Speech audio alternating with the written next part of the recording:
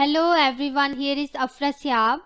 Today we are going to solve Cambridge IGCSE Physics Paper 2 Multiple Choice Extended held on May-June 2018 and paper code is 0625 with variant 23.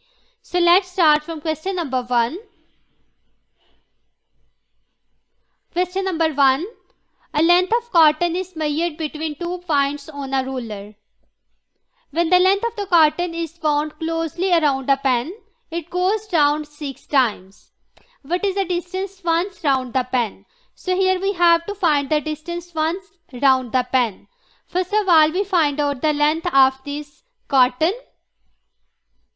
Initial point here, it is at 2.4 centimeter, while at this point, this is 15.6 centimeter. So length will be equal to 15.6 minus 2.4, which is equal to 13.2 centimeter. Now this is actually the length of this whole cotton. We have to find out the distance once round the pen. So I divide it with 6 because there are total 6 rounds. So here will be length for once round the pen, which is equal to 2.2 centimeter. Now we see the options. Option A 2.2 centimeter, B 2.6 centimeter, C 13.2 centimeter, D 15.6 centimeter. So from here only option A is correct. Question number 2. When does a body falling vertically through the air reach terminal velocity? Option A, when the acceleration of the object becomes negative. B, when the acceleration of the object is equal to g. C, when the air resistance equals to the weight of the object. Option D, when the air resistance is greater than the weight of the object. First of all, I suppose here is the object and it is falling through the air. The weight of the object is acting in downward direction and it is equal to product of mass and gravitational field strength. As this object is falling downward, its velocity goes on increases. With the increase in velocity, there is a force that is acting in upward direction. This is due to air resistance. So I write here air resistance. When the velocity increases, the magnitude of the air resistance also increases. At the moment when the air resistance becomes equal to the weight of this object, then the body attains terminal velocity and net force at this moment will be equal to 0. I write here net force is equal to weight minus air resistance. At the terminal velocity, when both of these are equal, then the net force will be equal to 0. According to Newton's second law of motion, F is equal to ma. So when the net force is equal to 0, this is also equal to 0. So that acceleration is equal to 0. When the acceleration is equal to 0, then the body moves with constant speed. Now we see the option. Option A, when the acceleration of the object becomes negative. This is incorrect because here acceleration is equal to 0. B, the acceleration of the object is equal to g. This is also incorrect. C, when the air resistance equal to the weight of the object, which is given here. So this is the correct option, the condition for the terminal velocity of the body. So option B is correct. Question number 3. A sprinter runs a 100-meter race in a straight line. The table shows how his speed changes with the time for the first 5.0 second of the race. There is given speed and time. Speed is measured in meter per second and time in second. What is the average acceleration of the sprinter between time 2.0 second and time 3.0 second? Here we have to find out the acceleration. We know that acceleration A is equal to delta V over delta T. We have to find out acceleration between 2.0 and 3.0. Here 2.0 is here and 3.0 is here. The corresponding speed value also given 4.1 and 5.7 meter per second. So I write here 4.1 minus 1.7 divided by 3.0 minus 2.0. So acceleration will be equal to 1.6 meter per second square. From here, option A is correct, which shows that acceleration is 1.6 meter per second square. Question number 4. A person steps onto a bathroom scales. The bathroom scales record both mass and the weight. Which row shows the reading on the scale? Mass is given and also weight is given. Option A 60 Newton 600 kilogram, B 60 kilogram 600 Newton, C 600 kilogram and 60 Newton, D 600 Newton and 60 kilogram. First of all, mass is measured in kilogram and weight is measured in Newton.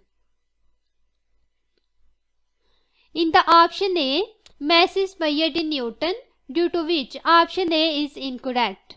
Also in the option D, mass is given in Newton and weight is given in kilogram, so this is incorrect. Now we check option C and D. We know that weight is the product of mass and acceleration due to gravity. Here in the option B, mass is 60 kilogram, so I multiply it with 10. So weight will be equal to 600 Newton.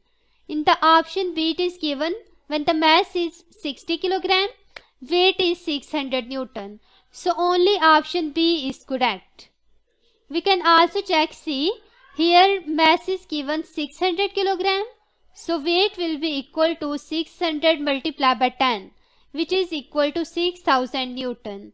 In the option C, the value of weight is changed, so that's why it is also incorrect. Question number 5. An object has a weight of 7600 Newton in a gravitational field strength 100 Newton per kilogram. What is the mass of the object? Here we have to find out the mass of the object when the weight and the gravitational field strength is given.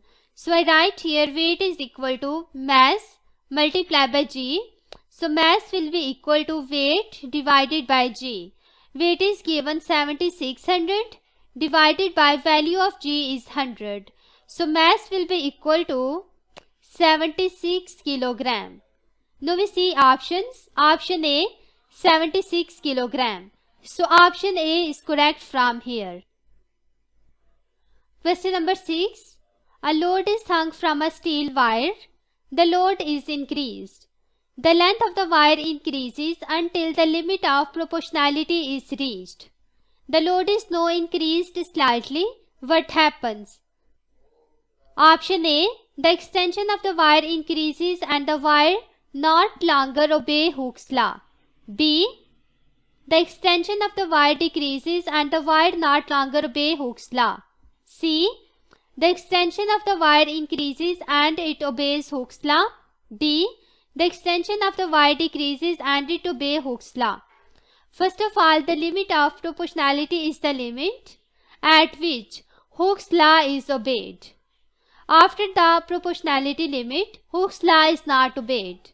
If I increase the load after this limit, then Hooke's law is not obeyed, but still the extension increased by increasing the load. So option A is correct from here, which shows that after the proportionality limit, by increasing the load, the extension of the wire also increase and the wire not longer obey Hooke's law. Question number 7.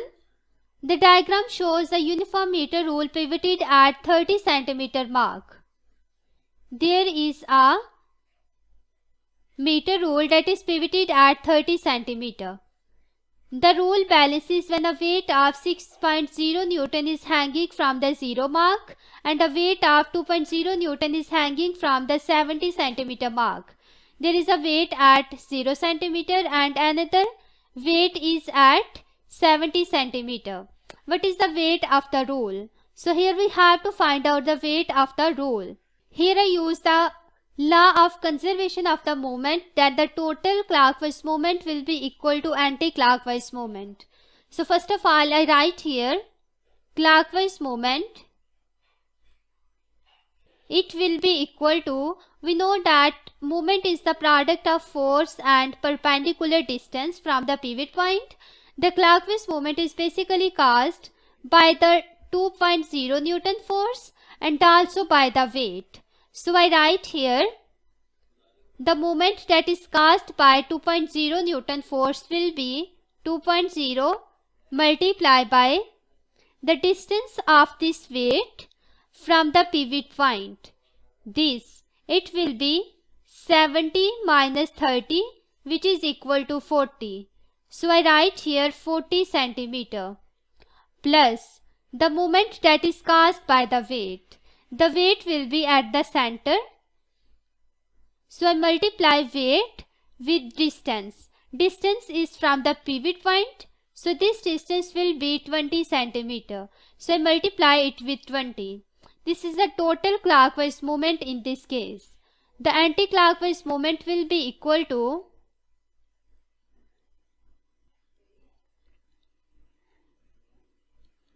the anti-clockwise movement is basically caused by the 6.0 Newton force. So there will be 6.0 multiplied by perpendicular distance, the distance from the 0 centimeter to 30 centimeter. It is equal to 30 centimeter. So I write here 30. Anti-clockwise movement is basically also be called as counterclockwise movement. Now according to the law of conservation of moment, both of these movement will be equal. So I write here 80 plus 20 multiplied by weight. It is equal to 180. So 20 multiplied by weight is equal to 180 minus 80, which is equal to 100. So weight will be equal to 100 over 20, which is 5. It means that this weight is basically equal to 5.0 Newton. Now we see options. Option A 2.0 Newton, B 5.0 Newton. So option B is correct from here. Question number 8. An astronaut orbits the Earth in a space station. Which is a vector quantity? Option A, the mass of the astronaut. B, the speed of the satellite. C, the temperature inside the satellite. D, the weight of the astronaut. So first of all, here we have to identify that which one of the following is a vector quantity. Vector quantity is specified by its magnitude as well as its direction. Mass is a scalar quantity. Similarly, speed and temperature is also a scalar quantity because all of these has only magnitude. Among all of these, weight is a vector quantity because weight has magnitude as well as direction. So option D is correct. Question number 9.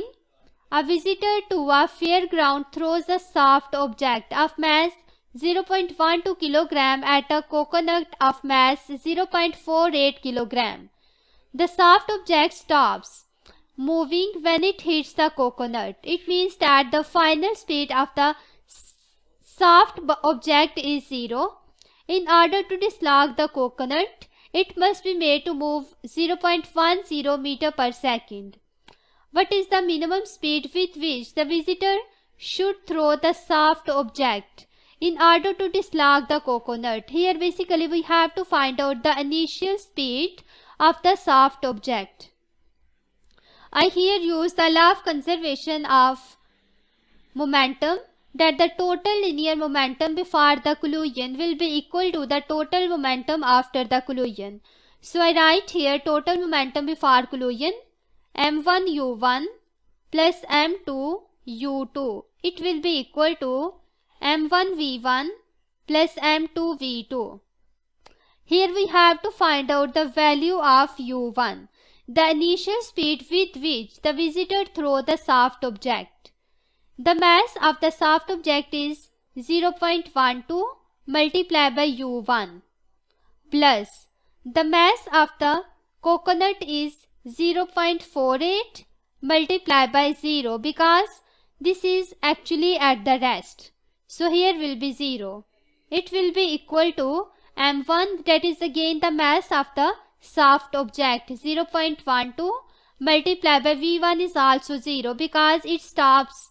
So here will be 0 plus m2 is 0.48 multiplied by the speed after the collision, which is given 0.10 meter per second. So u1 will be equal to 0.48 multiplied by 0.1 divided by 0.12, which is equal to 0.40 meter per second. Now we see the options. Option A 0.20 meter per second, B 0.40 meter per second. From here option B is correct. Question number 10. An aircraft with a mass of 300,000 kg is flying at an altitude of 2000 meter with a speed of 100 meter per second. What is the kinetic energy of the aircraft?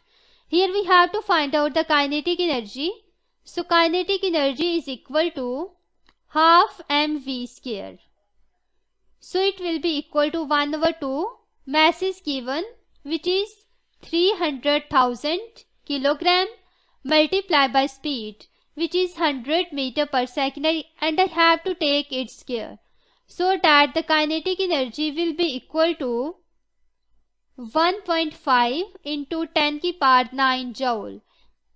In the answers, kilojoule is used. So I write here kinetic energy is equal to 1.5 into 10 की power 6 multiplied by 10 की power 3 joule, which is equal to 1.5 into 10 की power 6 kilojoule.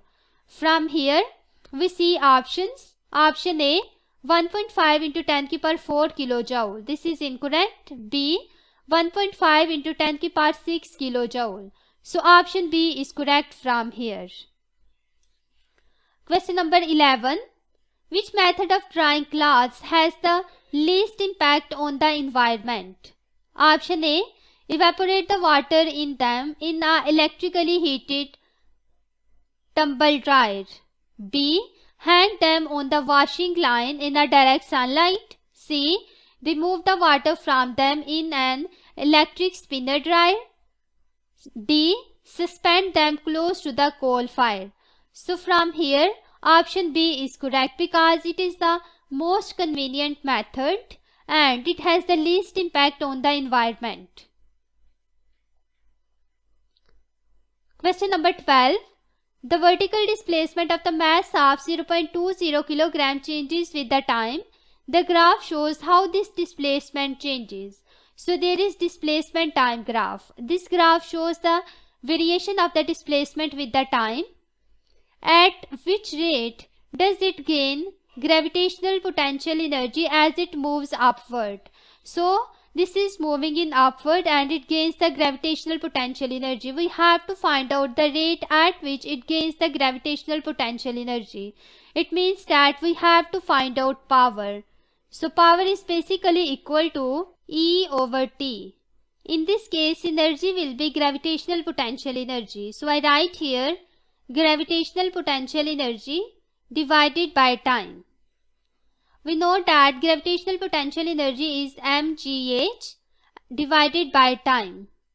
Now we see options.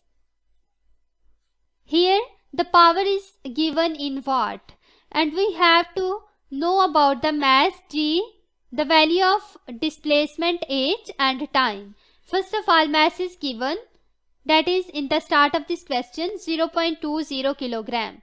So I write here 0.20 multiplied by 10 and h is basically the displacement in this case. So the displacement is maximum at this point. So this point is basically at 2.5 centimeter. It means that the displacement is 2.5, which is also equal to height. So I write here 2.5. And as this displacement is given in the centimeter and we have to convert into meter, so I divide it with 100. Next we have to find out time. When the displacement is 2.5, time is this point and it is almost 0.12 second. So I write here multiply by 0.12 second. So power will be equal to 0.40 watt. Now we see options. Option A 0.025 watt, B 0.050 watt, C 0.20 watt, D 0.40 watt. From here option D is correct. Question number 13. A simple barometer includes a column of mercury. Which property of this column of mercury is used to give a measurement of the atmospheric pressure? We know that pressure P is equal to density multiplied by G and height. Now we see options. Option A, its cross-section area, B, its height, C, its temperature, D, its thermal capacity. So first of all, here we can see that there is density, acceleration due to gravity or the gravitational field strength G, and H is the height. So height is basically the property that is used to give the measurement of the atmospheric pressure. From here option B is correct. There is no term like cross-section area, temperature and thermal capacity in this formula. So all of these are incorrect. Question number 14.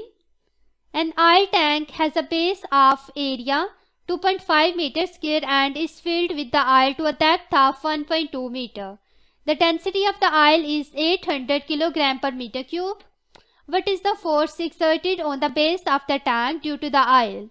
So here we have to find out force. We know that pressure due to liquid is the product of density, gravitational field strength and height or depth. And also pressure is equal to force over area. We have to compare both of these formula. So force over area will be equal to density multiplied by G and H. So force will be equal to density multiplied by G, height and area. Now I am going to put values here. Density is given 800, multiplied by G is 10, and height or depth is 1.2 meter and area is 2.5 meter square. So that force will be equal to 24,000 Newton. Now we see options. Option A 960 Newton, B 2400 Newton, C 9600 Newton, D 24,000 Newton. From here option D is correct. Question number 15. When molecules of a gas rebound from a wall of a container, the wall experiences a pressure. What is the cause of this pressure? Option A, the change in energy of the molecules, B, the change in momentum of the molecules, C, the change in power of the molecules, D, the change in speed of the molecules. First of all, I consider here is a container and it is filled with the gas. We know that the molecules of a gas are far apart from each other and there is weak forces between them. When this molecule of gas collide with the wall of this container, so it will rebound back in the opposite direction. There will be the change in momentum. So when there is change in momentum, we know that change in momentum is equal to force multiplied by T, which is also called impulse. When there is change in momentum, there will be the force exerted here, and also pressure is equal to force over area. When there is force, the pressure will be experienced by the wall. So the pressure experienced by the wall, this is basically due to the change in momentum of the molecule. From here, option B is correct. Question number 16. Two liquid in glass thermometer P and Q contain the same volume of the mercury and has a capillary tube of the same length. Thermometer P has a capillary tube with a smaller diameter than the thermometer Q. So the diameter of P is smaller as compared to diameter of the thermometer Q. Which thermometer has the greater range and which has the greater sensitivity? First of all, range of the Thermometer is basically the difference between the maximum and the minimum temperature that the thermometer can read. Generally, the range of the liquid in glass thermometer is between -10 degrees C and 110 degrees C. Range is limited by the length of the thermometer and it can be increased only by increasing the diameter of the capillary or reducing the flask capacity. In our question, there is only about the diameter. So by increasing the diameter, the range increase. Here it is given that the thermometer P has smaller diameter. It means that the range of the thermometer P is smaller as compared to Q. Next, we check the sensitivity. Sensitivity of the liquid in glass thermometer is directly proportional to how less the diameter of the capillary tube. The larger the diameter, smaller will be sensitivity. So, when we write here sensitivity, it will be greater for the capillary tube that has smaller diameter. So, P has larger sensitivity as compared to Q. Now we check options. Greater range, greater sensitivity. Option A, P and P. This is incorrect. B, P and Q. This is also incorrect because range is greater for Q. Option C, Q and P. The range is greater for the Q and sensitivity is larger for the P. So option C is correct from here. Question number 17. A student wishes to calibrate a mercury in glass thermometer with a degree C scale. Which values should she use for the lower fixed point and for the upper fixed point? Lower fixed point and upper fixed point are shown in these options. Option A, melting point of the ice, boiling point of the mercury. B, the melting point of the ice, boiling point of the water. C, melting point of the mercury, boiling point of the water. D, melting point of the mercury and boiling point of the water. So in order to measure the temperature, the lower fixed point and the upper fixed point on a mercury in glass thermometer will be the melting point of the ice and boiling point of the water respectively. So option B is correct from here. Question number 18. The diagram shows a pan used for cooking food. Which row is correct for the materials used to make the base and the handle of the pan? Base of the pan and handle of the pan. When we have to cook the food, the base of the pan should be the good thermal conductor, while the handle of the pan should be poor thermal conductor. Now we see options. Option A, good thermal conductor. Good thermal conductor. The handle should be poor thermal conductor. So this is incorrect. Option B, good thermal conductor, that is about the base, and poor thermal conductor, which is about the heater. So option B is correct from here. Question number 19. The diagram shows a wave. There is a wave and displacement is measured in centimeter while the distance is given in centimeter. Which row is correct? Here the amplitude of the wave and the wavelength of the wave is given. Amplitude is the maximum displacement of a body from the mean position. So this line that is at 0 centimeter, this is actually the mean position, and the maximum displacement is basically this distance. So this distance is given 1.0 centimeter. It means the amplitude is equal to 1.0 centimeter. Next, we also have to find the wavelength of the wave. Wavelength is the distance between two consecutive crests or trough. So crest is the portion of the wave that is above the mean position. This is crest, while the lower portion is trough. The distance between two consecutive crests or trough. I take a point on the crest here and second point will be here. I have to measure this distance, and this distance is basically equal to the wavelength of the wave. So this distance will be, here it is 10 and here it is 18. So 18 minus 10 is equal to 8. So wavelength will be 8 centimeter. I write here 8 centimeter.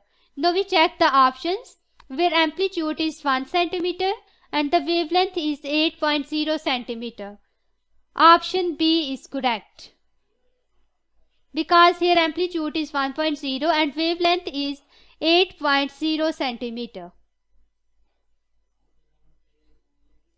Question number 20. Light travels at a speed of 2.0 into 10 to the power 8 meter per second in a glass block. In the glass, the wavelength of the light is 4.0 into 10 to the power minus 7 meter. What is the frequency of the light? So here we have to find out the frequency when the speed and wavelength is given by using V is equal to F lambda and F is equal to speed over wavelength. So speed is 2.0 into 10 to the power 8 divided by wavelength is 4.0 into 10 to the power minus 7. So frequency will be equal to 5.0 into 10 to the power 14 Hertz. Now we check options. From here, option D is correct. Question number 21. Scout P signals to Scout Q on the other side of the valley by using a mirror to reflect the sun's light. There is the sun's light and it is coming here. There is also a mirror. Which mirror position allow the sun's light to be reflected to the Scout Q? 4 positions are shown. In the option A, we can see here the sunlight fall on the mirror, and according to the law of reflection, the angle of incidence should be equal to the angle of reflection. In order to see the law of reflection, I draw a normal line here, and this normal line is basically any line that is perpendicular to the mirror. This is the normal line. Then I have to draw the reflected ray. This will be like that. So this angle is the angle of incidence, while this angle is the angle of reflection. Both of these angles are equal in this case. In the option B, C and D, the laws of reflection do not hold. So only option A is correct. Question number 22. Image formed by the lenses and the mirrors can either be described as real or as virtual. Which row describes real and virtual images of the point object? Real images are the images that can be projected onto the screen, but the virtual image cannot be projected onto the screen. And the real image is formed when the light rays meet at a point, but the virtual image is actually the image that is formed when the light rays appear to diverge. Now we see the options. Real images and virtual images. Option A, formed when the light ray meet. So this is correct statement. An image in the plane mirror is an example of the virtual image. So the plane mirror always formed the virtual image. So this is also correct. Option A is correct. We also check the other options. B, formed where the light rays meet. This is correct statement. Can be projected onto a screen. The virtual image cannot be projected onto the screen. So this is incorrect statement.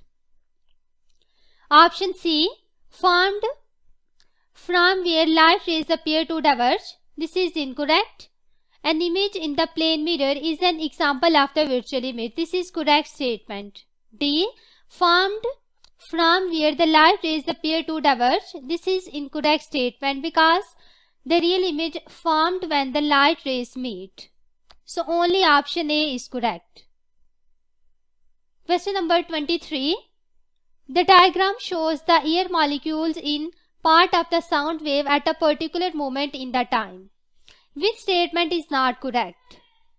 Option A, earlier there was compression at X. B, later there will be rarefaction at X. C, this part of the wave is traveling horizontally across the page. D, this part of the wave is traveling towards the top of the page. So first of all, here is the point X. Before this point, there is compression. And after this point, there is rarefaction. Compression is a region where the molecules are very close to each other, while rarefaction is a region where the molecules are further apart from each other. So first and second statement is correct. So this part of the wave is also traveling horizontally because it is given in this direction, in the horizontal direction. So this is also correct statement. Only the incorrect statement is that this part of the wave is traveling towards the top of the page. So option D is correct from here, but this statement is incorrect. Question number 24. The diagram shows the range of the human hearing and of ultrasound wave. Range of the human hearing and ultrasound waves are shown. There is a factor 2 into 10 की power 1 while 2 into 10 की power 4. To which characteristic of the sound wave do the numbers on the diagram refer? We have to tell that this number represents which characteristic of the sound wave. Option A.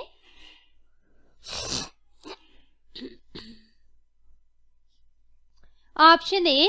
Amplitude in centimeter. B. Frequency in hertz. C. Speed in meter per second. D. Wavelength in the meters. We know that the frequency of the ultrasound wave is higher than the range of human hearing. The human hearing frequency lies from 20 Hz to 20,000 Hz. But the sound wave whose frequency is above than 20,000 Hz is basically the ultrasound. We see here that this number increases. As we goes from left to right, it means that here is the frequency and it is measured in Hertz. So option B is correct from here. Question number 25. A permanent magnet is placed close to the bar of soft iron. What are the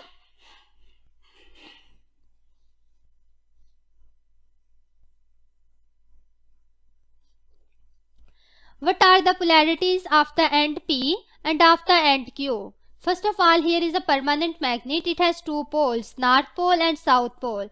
Second, there is soft iron bar. Both of these are very close to each other. We have to tell that what are the polarities of the point P and Q. It is given that the permanent magnet is placed close to the soft iron bar.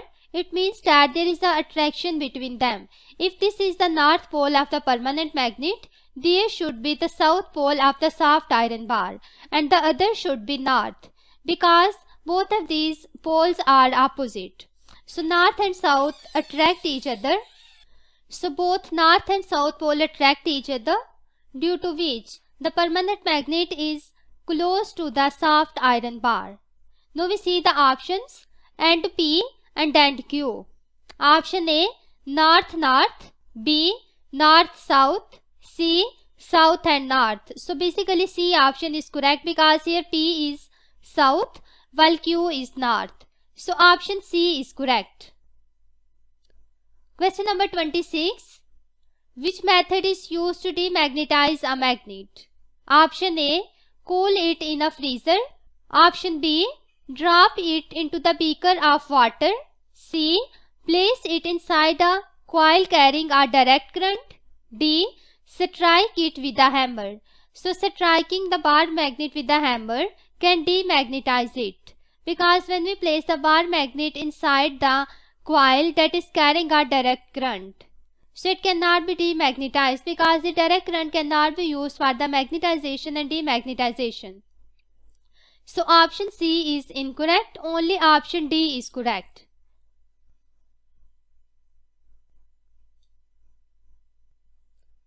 Question number 27. Two power supplies are connected in separate circuits. Both power supplies provide the same magnitude current.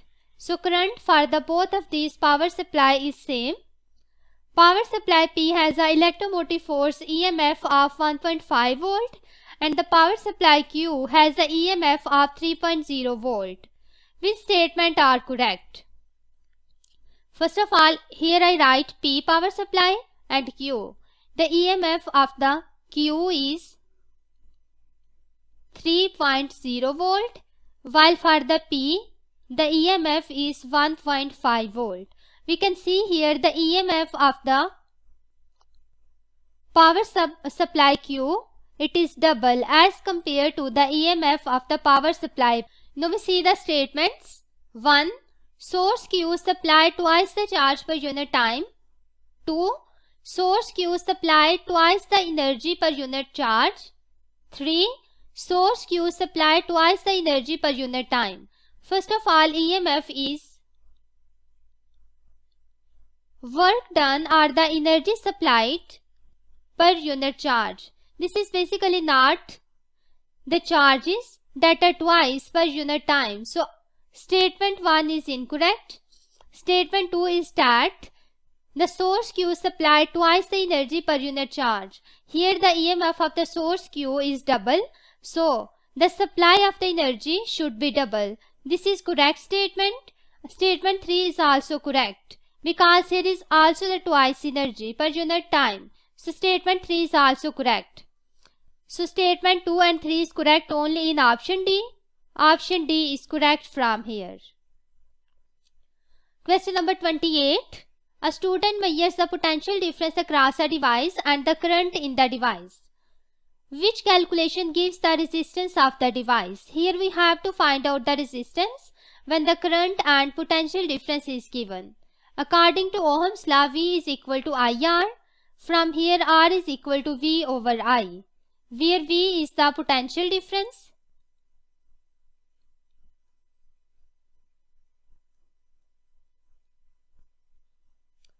Divided by I is current.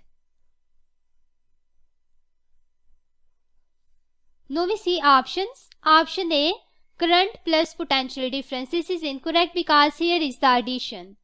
B, current divided by potential difference. Here is I over V. This is also incorrect because it is equal to 1 over R. C, potential difference divided by current. This statement is correct. Option C is correct from here. Question number 29. An electricity meter records that 200 megajoule of electrical energy are drawn from the 240 volt main supply in 24 hours period. What is the average rate of electrical charge passing through the meter? So here basically we have to find out the rate of electric charge that is passing through the meter. So I write here, we know that power is equal to current multiplied by potential difference, and also power is equal to E over T. By comparing both of these, energy will be equal to I V multiplied by T. Here we have to find out the rate of electric charge transfer, which is current. So current will be equal to E over V multiplied by T. Energy is given 200 megajoule. So there will be 200 multiplied by 10 की power 6 divided by V is 240 multiplied by time. Time is given 24 hours, and in the MCQs the time is also in hours. So I write here 24. So the value of current will be equal to 34722.2 coulomb per hour. It will be equal to 34.722 kilocoulomb per hour, which is equal to 35 kilocoulomb per hour. Now we see the options. Option A, 9.6 coulomb per hour. This is incorrect. B, 580 coulomb per hour. C, 35 coulomb per hour. So option C is correct. Question number 30. A 3.0 ohm resistor is connected in parallel with 4.0 ohm resistor. So there is 3.0 ohm resistor and it is connected with 4.0 ohm resistor. What is the resistance of this combination? So here we have to find out the total resistance of this combination. When we have to find out the total resistance in the parallel combination, I use formula 1 over R total is equal to 1 over R1 plus 1 over R2. I suppose that R1 is 3.0 and R2 is 4.0. So I put here 1 over 3.0 plus 1 over 4.0. It will be equal to 12.0, 4.0 plus 3.0. This is basically the value of 1 over total resistance. From here, total resistance will be 12.0 divided by 7.0, which is equal to 1.71, and the unit of resistance is ohm. So, we see options. Option A 0.14 ohm, B 0.58 ohm, C 1.7 ohm. So option C is correct from here. Question number 31. A student sets up this circuit. Here is a circuit that contains battery, thermistor and a bell. What is the purpose of this circuit? Option A. To allow a lamp to be made dimmer or brighter as required. B. To amplify the sound of a voice. C. To light a lamp in the dark. D. To sound a bell when the temperature rises. So first of all, here is thermistor and bell. Thermistor is connected with the bell. When the temperature of the thermistor increases, the resistance of the semiconductor thermistor decreases. Because the thermistor shows negative temperature coefficient, by increasing the temperature, the resistance decreases. When the constant DC source is connected, then as the resistance increases, the current that is supplied to the bell increases. And the bell rings when the current is increased enough to operate it. It means that to sound a bell when the temperature rises, option D is correct.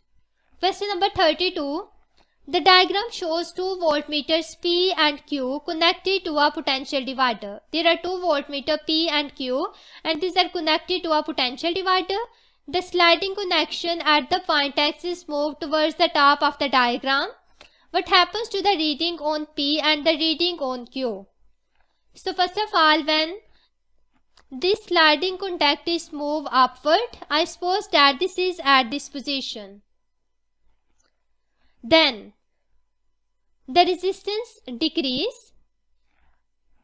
When the resistance decreases, the potential difference across the voltmeter P also decreases. So here the reading on the voltmeter P decreases, then the resistance increases. And by increasing the resistance, the voltage across the voltmeter Q increase. The reading on the voltmeter Q increase. Now we see the options. Reading on the P and reading on Q. Option A, decrease. This is incorrect because on one voltmeter the reading increase and on the other the reading decrease. Option B, decrease and increase. So option B is correct because on the voltmeter P the reading decrease while on the voltmeter Q the reading increase. So only option B is correct. Question number 33. The diagram shows a logic circuit with inputs X and Y. There are two inputs X and Y and a single output Q. The output is Q. Which truth table is correct? So we have to guess that which one of the truth table is for this logic circuit. Here we can see that this is AND gate. This is NOR gate. Again here is NOR gate. First of all, I consider the inputs 0 and 0. When both of these inputs are 0, here will be 0 and 0. When 0 and 0 combined by the AND gate, here will be output 0 because in the AND gate, when both of the inputs are high, the output will be high. Otherwise, it is low. Again, both of these inputs are here, 0 and 0. NOR gate is basically when I apply NOT gate over OR gate. In the OR gate, if any one of the input is high, the output will be high. But in this case, both of the inputs are low, so the output of the OR gate should be low. And when I apply NOT gate over it, it changes 0 into 1. So there will be output 1. this 0 and 1 comes here. Again, the output of the OR gate is high because of the 1. So, the output will be 0. So, here will be 0. Now, we see the options. In the option A, here is input 0 and output is 0. So, this is correct. In the option B, output is 1 and also in the C, output is 1. So, B and C are incorrect. Only option A and D is correct. Now, we check that which one of the following is correct. I consider another combination 0 and 1. Now again, when the input is 0 and 1, here will be 0 and 1. By applying the AND gate, here will be output 0. When this 0 and 1 comes here, when 0 and 1 combined by the OR gate, here will be output 1. And by applying NOT gate, the output changes into 0. So there will be 0. When both 0 and 0 combined by the NOR gate, again here is output high, that is 1. Now we again check that in the option A, 0 and 1 gives 1. So this is correct. But in the D, 0 and 1 gives 0. So D is also incorrect. Only option A is correct. So this is the truth table for the given circuit. Question number 34. A wire connected to the resistor is moved in a magnetic field. A current is induced in the direction shown. In which direction is the wire moved? So here there is a wire that is in the magnetic field and we have to find out the direction in which wire move. So here we have to use the Fleming left hand rule. If I consider my left hand and keep the middle finger, forefinger and thumb mutually perpendicular to each other, if the middle finger finds the direction of the current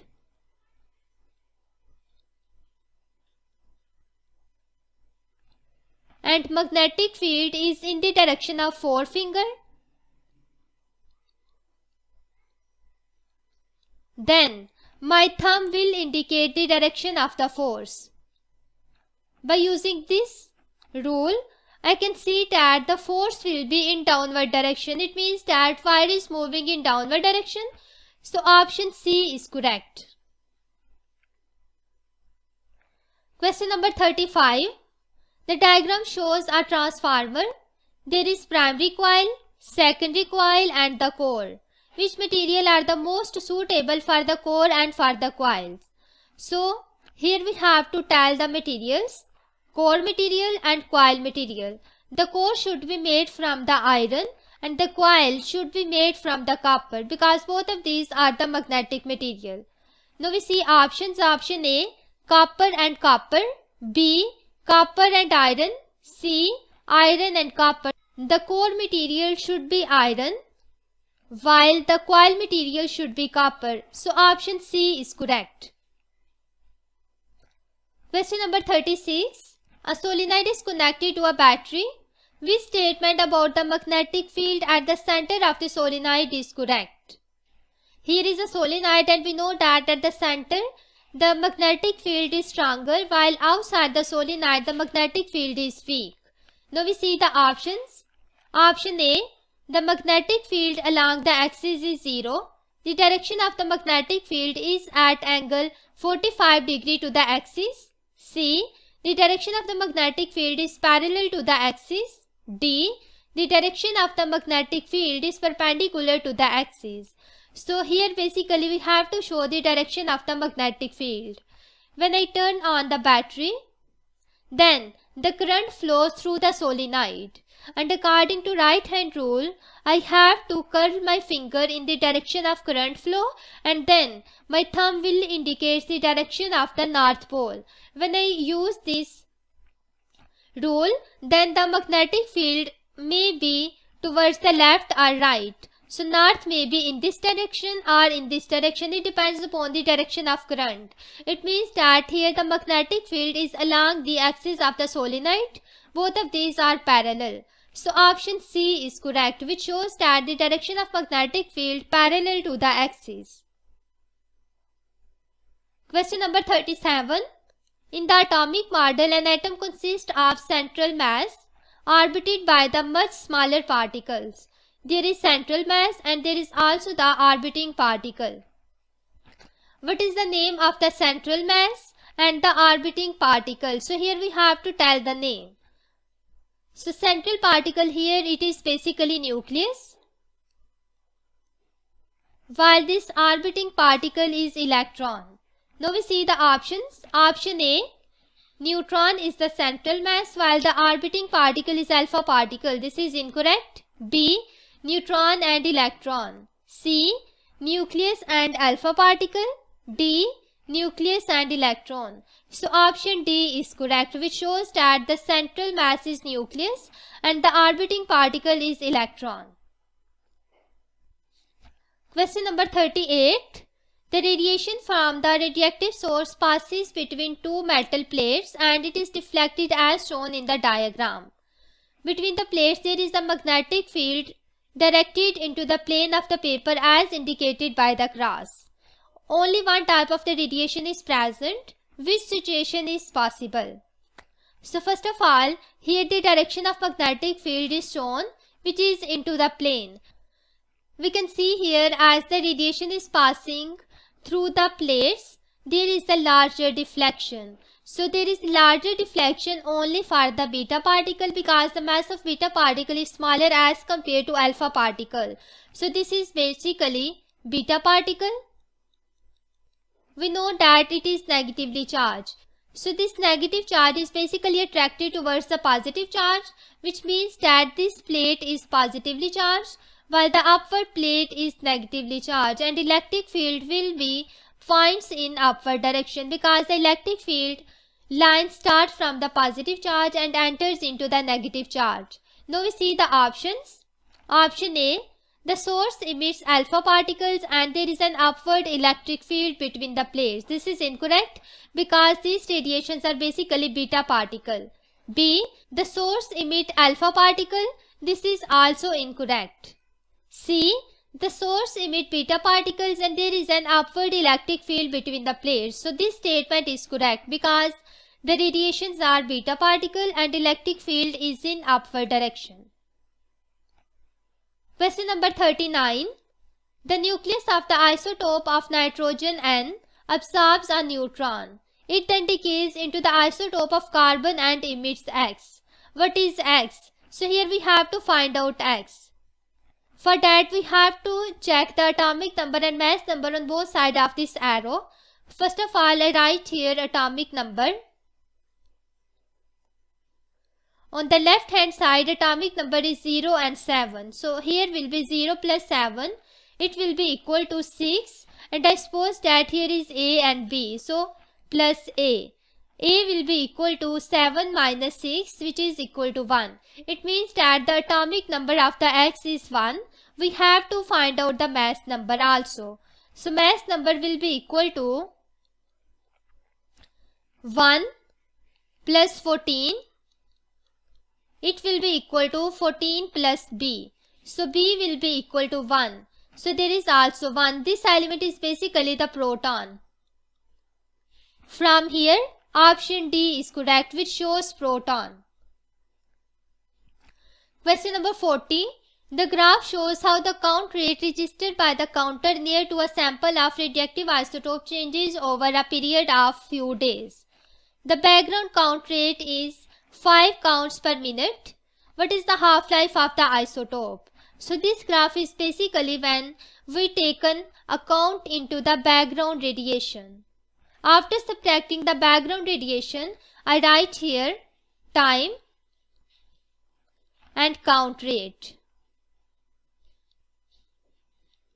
First of all, I take different points here. First point is there. If I suppose that at 0, when no time pass, initially there are 45. And at 2 days, the count rate is 25. At 4, here will be 15. And at 6, here will be 10. And so on. After subtracting the background count rate, that is 5, I have to subtract 45 minus 5, which is equal to 40. Here will be 20, 10 and 5. Half-life is the time during which the count rate remain half. So first of all, initially the count rate is 40. When the first half-life pass, the count rate would be 40 over 2, which is 20. The count rate should be 20, which is given here. It means that in between 40 and 20 count rate, only 2 days pass. So this will be the half-life. Next we also check that when the second half-life pass, there will be 10, which is also given here. So the half-life is basically 2 days. From here, option A is correct, which shows that 2.0 days.